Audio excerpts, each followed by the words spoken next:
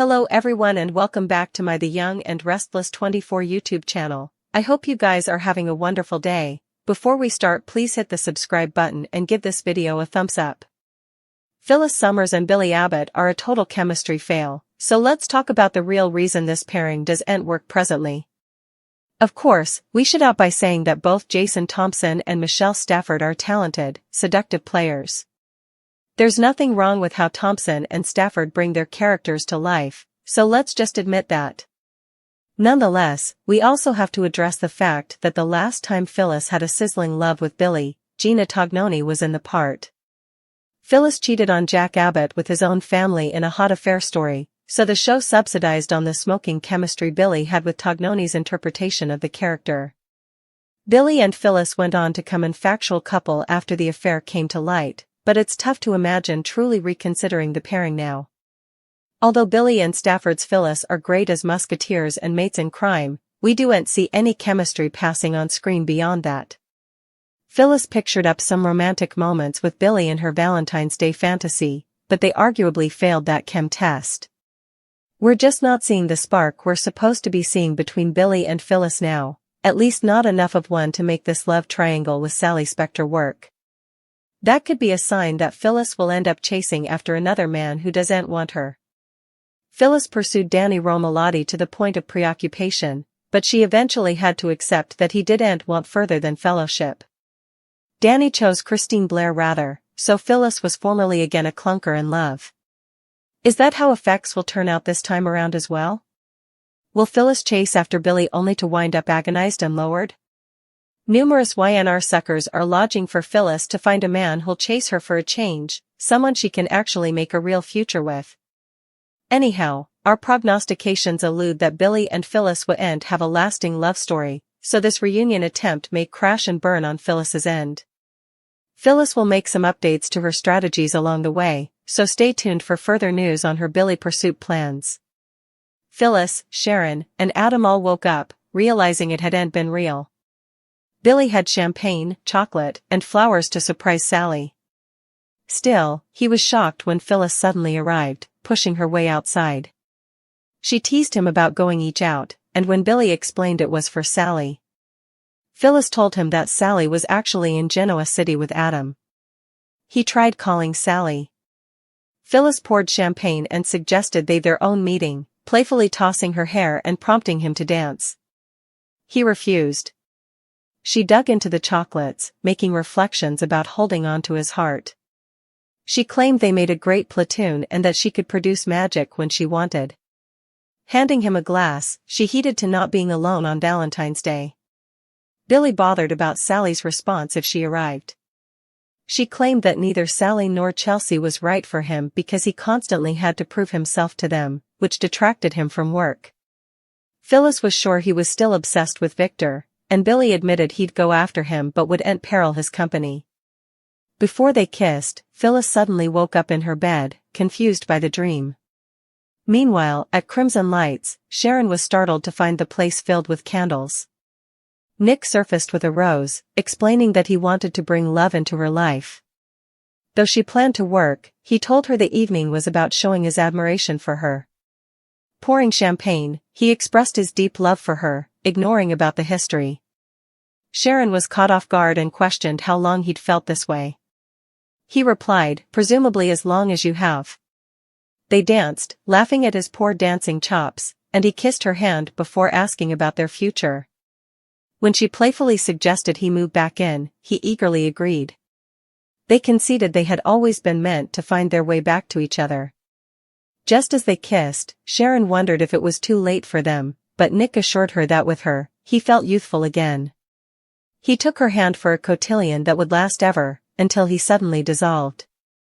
Calling out for him, she woke up. Nick was standing there, revealing she had been featuring. At the estate, Adam was surprised to find the place decorated with roses and candles.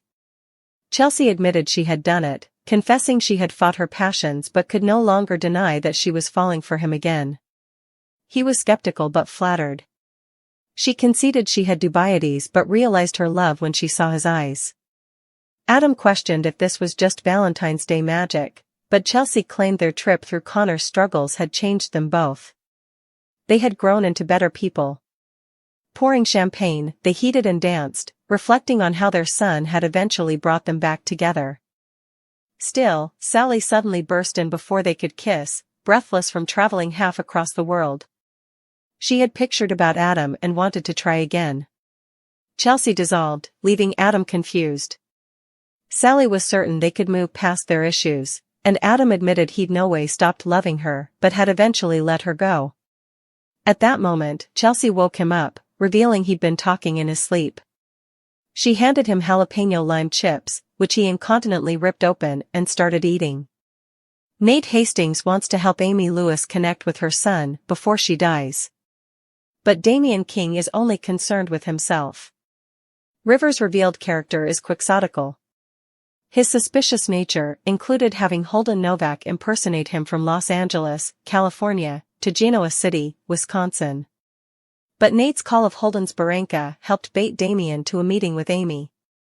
Observers will soon learn why he cut himself off from his mama. Damian will learn about his mama's putatively terminal opinion and that he has a family. Amy is Damian's mama.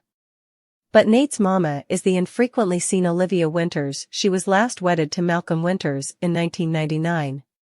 Observers know Malcolm is Lily Winters' natural father. Olivia left GC long ago, with Nate explaining his mama's ongoing absence as part of her work for Croakers Without Borders. That organizational draw explains William's absence from the cast, and it's a shame that her character is at least sometimes seen. She was a major player for numerous times, and Olivia's return could seamlessly fit with the current plot, adding demanded literal environment. Nate's father, Nathan Hastings, failed after being hit by an auto in 1996. Nathan was walking Nate, a child, to his mama's home. Damian's father's backstory is yet to be entirely told. Amy was hopeless when she first met Nate. That's why she revealed details about how she had Nathan's child and no way told him about Damian. The break Amy and Damian suffered has been delayed out. But Nate delved Amy's story and decided that she was telling the verity. He understood that the man he describes to Audra Charles as his half-family, rather than simply saying he's his family, was necessary. The ticking timepiece Amy hears is her life running out. She's getting decreasingly unsteady and believes there might not be important time left on this earth.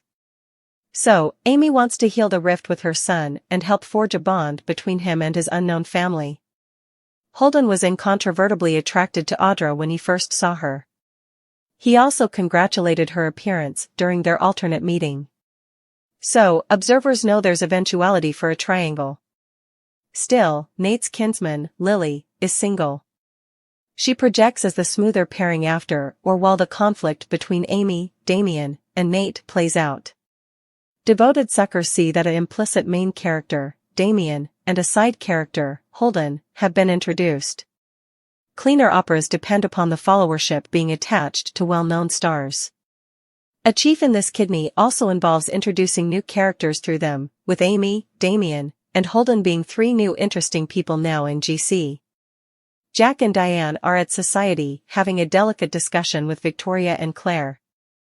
Jack understands how great it's Victor took a pellet for his family, but can't forget how he tried to destroy the Abbotts. Diane pipes up saying they can't forget how he tried to turn Kyle against them. Jack also notes how Victor frequently targets Billy, most lately, by persuading Jill to oust him from Chancellor. Victoria acknowledges how unhappy she was with her parents, but notes Billy was impeccable. Jack says it's clear Victoria was good with Victor manipulating Kyle, but wonders how she'll be suitable to defend her father when he turns his attention to Claire.